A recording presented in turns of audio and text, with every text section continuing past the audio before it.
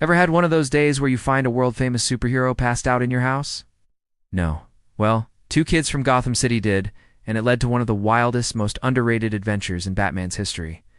This is the story of I've Got Batman in My Basement. It all starts on a typical Gotham night. Two goons steal a priceless Fabergé egg. But before Batman can swoop in for the takedown, he's ambushed by a giant South American vulture. Seriously, he fights it off, but the thugs escape, leaving only a handful of birdseed behind.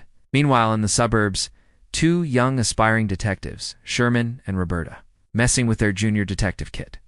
After getting hassled by some older bullies, they spot the same mysterious vulture and decide to investigate. Their sleuthing leads them to an old birdseed factory, where they witness the Penguin himself demanding the stolen egg from the very same thugs. Sherman, being a surprisingly knowledgeable kid, recognizes it as the famous Vanalster Fabergé egg. Just as they decide to call the cops, Penguin's vulture Scrap spots them. But Batman arrives just in time, trapping the bird and burying Penguin's crew in a mountain of birdseed. In the chaos, Sherman and Roberta accidentally activate a conveyor belt, heading straight for a grinder.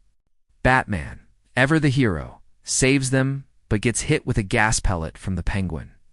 Weakened, he stumbles to the Batmobile and collapses.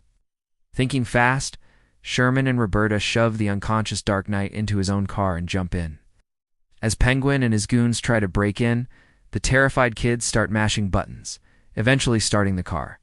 What follows is a chaotic joyride through Gotham, with criminals clinging to the roof for dear life until they're all shaken off. Safely back in Sherman's basement, they lay the barely conscious Batman on a couch.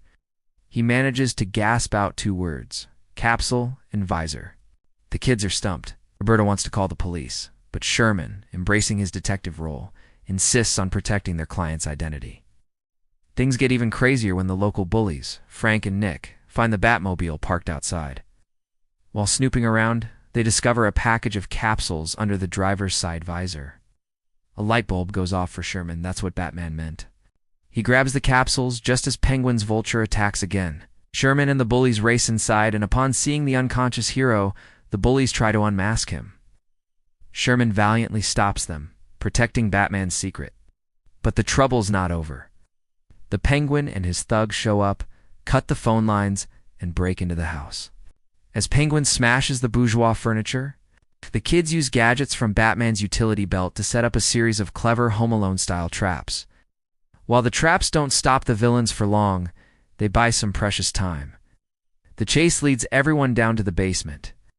Penguin finds the egg and is about to finish off Batman for good. But just then, the antidote kicks in. Batman springs into action, easily dispatching the goons. He then engages in an epic, if not slightly ridiculous, sword fight with the Penguin, using a screwdriver to fend off Penguin's umbrella sword. Batman, of course, wins. Just as the chaos concludes, Sherman's mom walks in, absolutely furious about the state of her house, until she sees Batman standing there. Suddenly, a trashed living room doesn't seem so bad. In the end, the newspapers celebrate Penguin's capture and Scrap's new home at the Gotham Zoo. And Sherman, he's finally earned the respect of the older kids who are now his partners in a new official junior detective agency. It just goes to show, you never know what will happen when you get Batman in your basement. Thanks for watching. You've enjoyed this trip down memory lane? Hit that like button and subscribe for more deep dives into classic animated episodes.